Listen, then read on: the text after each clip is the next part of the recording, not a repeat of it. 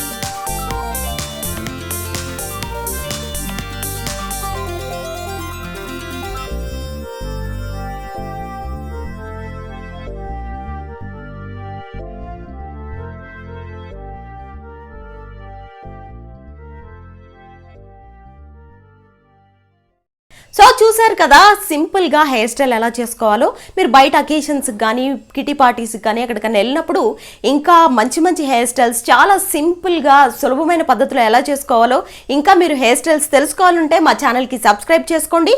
ఈ hair style try చేసిన తర్వాత మీకు ఎలా వచ్చిందో కమెంట్ బాక్స్ ద్వారా తెలపండి. Until then bye.